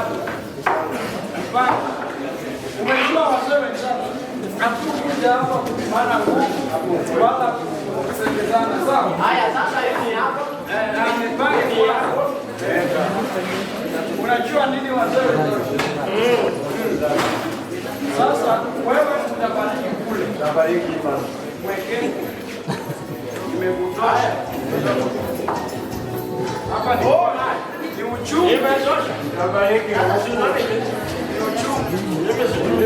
Haya basi Mimi nitabariki hapa. unaona, anza. Wapi? Nyanza. Anza. Nyanza. Na yabarikiwe mazao.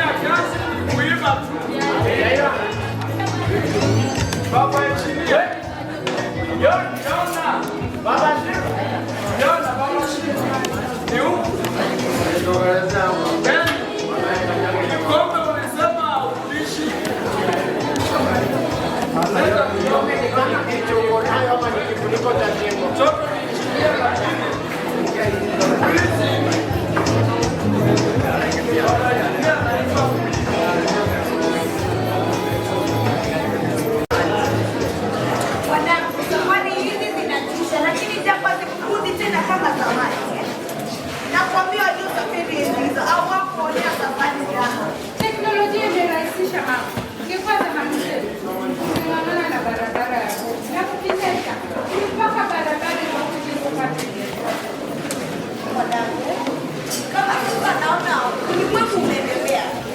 Umeendelea lakini Ulimwengu umeendelea.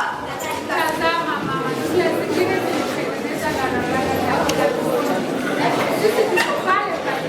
Na mmoja umetakiliwa kwa pale vya kutumia.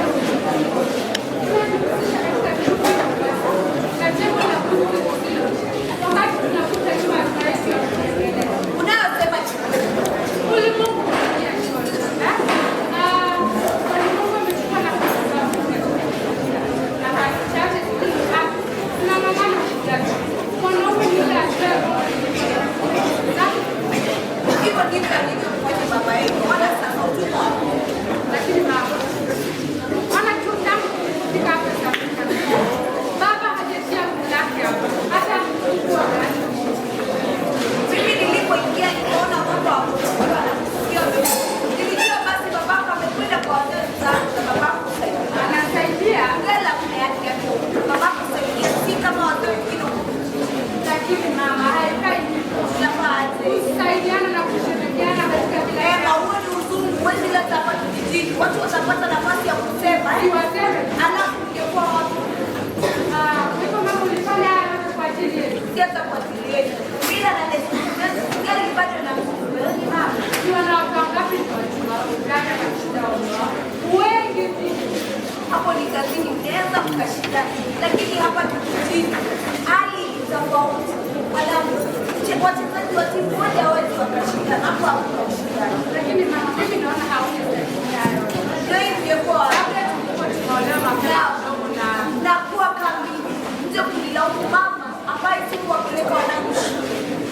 Mama ambaye sikiweza hata kuwalisha wanangu. Nilikuwa nataka ikale. mama najua umekutolea ili tupate mema, lakini sasa wana nimekuletea maradhi. Hivyo ndivyo kitu na moyo. Hivyo ndivyo tu.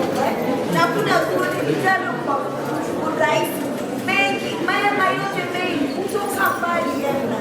Lakini kuna maneno mazuri. Ndio kusha maneno. Nyie mnadhani si hapa kusoma. Hiyo yako si hata hekima Ila itokapo kwa mwanamke si. acha wanamzee. Kuna bahati kwa mwanamke. Kuna bahati sio kuna Wasi unaelimu hawaheshimu haswa. Tunelimu. Baba ni hekima basi kanisa. Kaka na baba kwenye kuuliza bali kwa wazee wenzake. Itachukua muda kabla ya kufika hapo.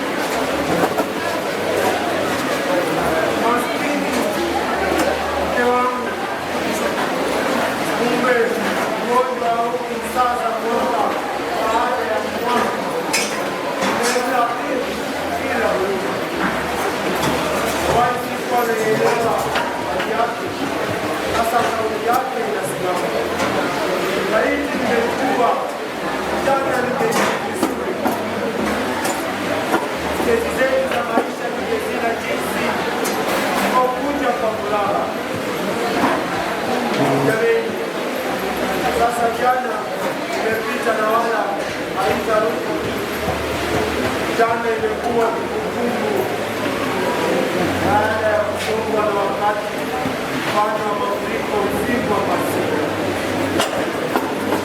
Kwa bahati nzuri bado tunaweza kuiachia dunia tabasamu umesilesi kwa kizazi vijana na kila mwenye nia njema. Lazima niiwache njia ya zamani na kuifuata njia mpya. Pombe, pombe umechezea kama mwanasesele kwa siku nyingi sasa. Umeninyima fursa ya kuielewa familia yangu. Jamani, lazima nitumie njia yangu ya uzeeni kumlinda mke wangu. Lazima nimshukuru kwa vitendo kwa vile aliyousimamia mji wangu. Kwaheri pombe, tuliani pombe. Kwaheri pombe. Umeamkaje? Hapo mbivu. Nikakuaje salamu yake.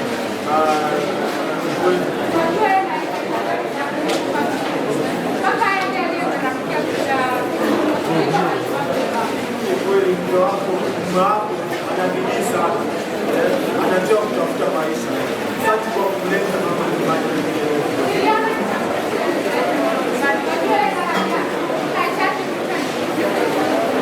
Ni vyema, lakini mwanangu, hivi mbona umekonda kweli kweli? Wewe ilivyokonda je, tunashika mwanangu, lazima hivyo. Mbona una furaha?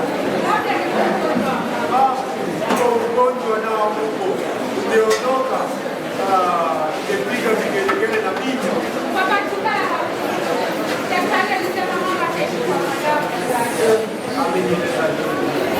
Ndio jambo linanitia uchungu sana. Sikuwa naelewa hiyo yake, inasikitisha kweli. Asante kwa kuleta mama wangu, kusimamia mji wangu vizuri. Sawa, lakini haikutumia jinsi nilivyotaka. Ndoto niliyoikamia tabia utotoni imepita na hiyo jana. Leo hii hiyo tulionayo mkononi mwetu.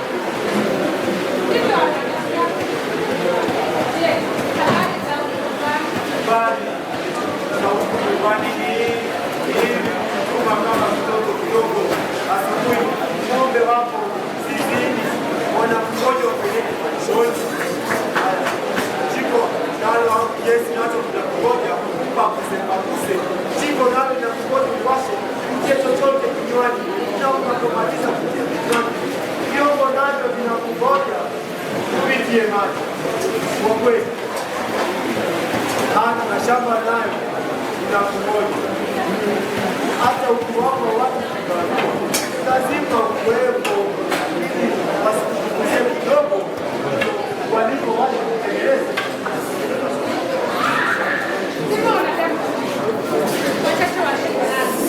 Wanataka njia ya haraka na rahisi kusuluhisha mambo.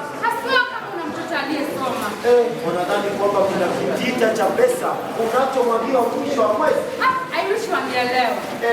Which is for horses and beggars. Baba. Bado kumbe bado nazikumbuka sasa. Ningenisahau vipi? Akili zako bado ni sharp. Kweli kweli, kumbuka nini watoto, nini wanawake mnao kunikaribia. Kumbuka nilikuwa msichana wa kwanza kujibu. Kodi nasimama kweli kweli. Nasikia bado inasikika mpaka sasa hivi. Nimesimama mpaka sasa. Kumbuka kwa hiyo. Unasikia ilikuwa rekodi kubwa kweli kweli. Kalasinga angekuwa hapa, angefurahi sana. Baba, Kalasinga ndiye nani tena? Hivyo alivyoitwa babu yako. Babu alikuwa mwafrika wa kwanza kufanyia kazi Muhindi, yaani alikwenda Muhindi. Aliwepo, alipotoka, aliwepo, alifanya akajua kuongea Kihindi, akajipa jina Kalasinga. Kweli, kweli Kalasinga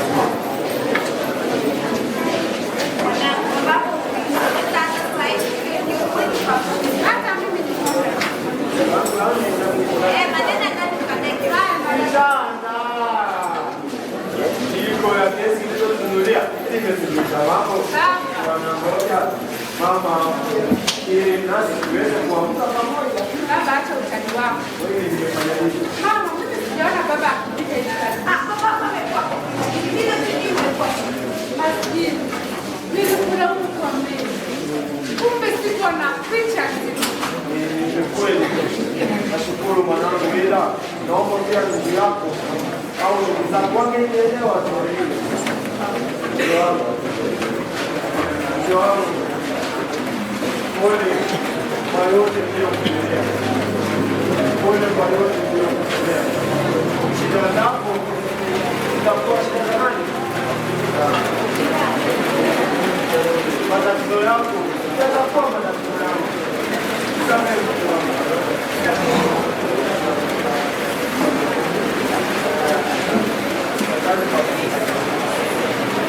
Maisha wenzangu ni matembezi, Ila chunga. yasikuteleze. Maisha mwenzangu ni safari.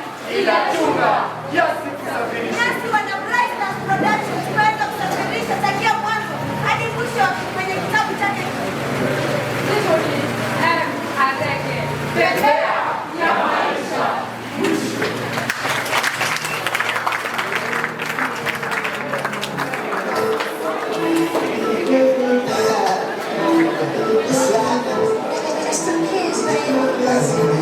Now, Sean Covington,